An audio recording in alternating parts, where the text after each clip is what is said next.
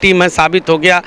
3 लाख पौने 3 लाख वोट पाने वाले को आप अगर डमी बताएंगे तो इससे बड़ा डेमोक्रेसी में फिर तो किसी ऐसे आदमी को लड़ना ही नहीं चाहिए जिसकी जीत के बारे में ये संशय हो कि जीतेगा या नहीं।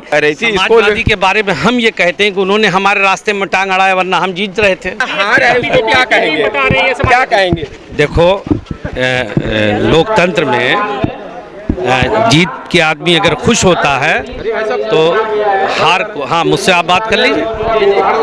आपने पूछा कि इस हार के बारे में अब बोलूं क्या?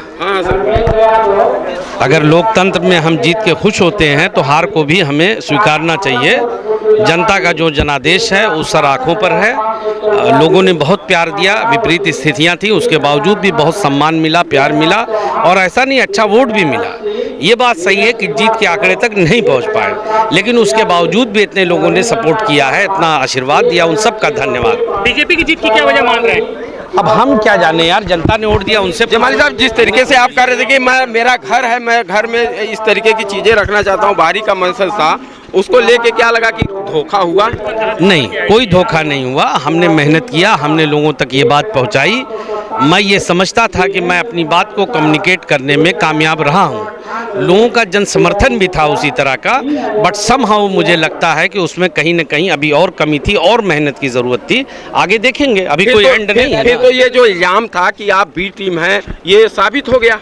ये तो आप कह सकते हैं ना राजू भाई कि ये बी टीम है, साबित हो गया।